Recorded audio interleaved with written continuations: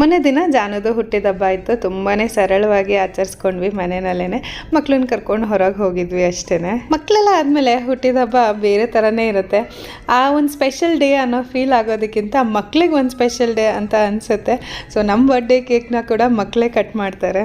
ಮೊದಲು ಸಮನ್ವಿ ಕಟ್ ಮಾಡೋಳು, ಎಲ್ಲರ ಬರ್ಡೇ ಯಾರ ಬರ್ಡೇ ಮನೇಲಾದ್ಲು ಆದ್ರೂ ಅವಳೇ ಕೇಕ್ ಕಟ್ ಮಾಡೋಳು. ಈಗ ಗುಂಡಣ್ಣ ಇವಾಗ ಟೇಕ್ ಓವರ್ ಮಾಡ್ಕೊಂಡ್ಬಿಟ್ಟಿದ್ದಾನೆ. ಯಾರದೇ ಬರ್ಡೇ ಆದರೂ ಅವ್ನು ಬಂದ್ಬಿಡ್ತಾನೆ ಕೇಕ್ ಕಟ್ ಮಾಡ್ತೀನಿ ಅಂತ ಹೇಳಿ. ಮಕ್ಳಿರೋರ ಮನೆಯಲ್ಲೆಲ್ಲ ಇದು ತುಂಬ ಕಾಮನ್ ಅಂತ ಅನಿಸುತ್ತೆ. ಸೊ ಒಂಥರ ಖುಷಿ ಆಗುತ್ತೆ. ಅವ್ರ ಖುಷಿನೇ ನಮ್ಮ ಖುಷಿ ಸದಾ ನೋಡ್ತಾ ಇರ್ತೀವಿ.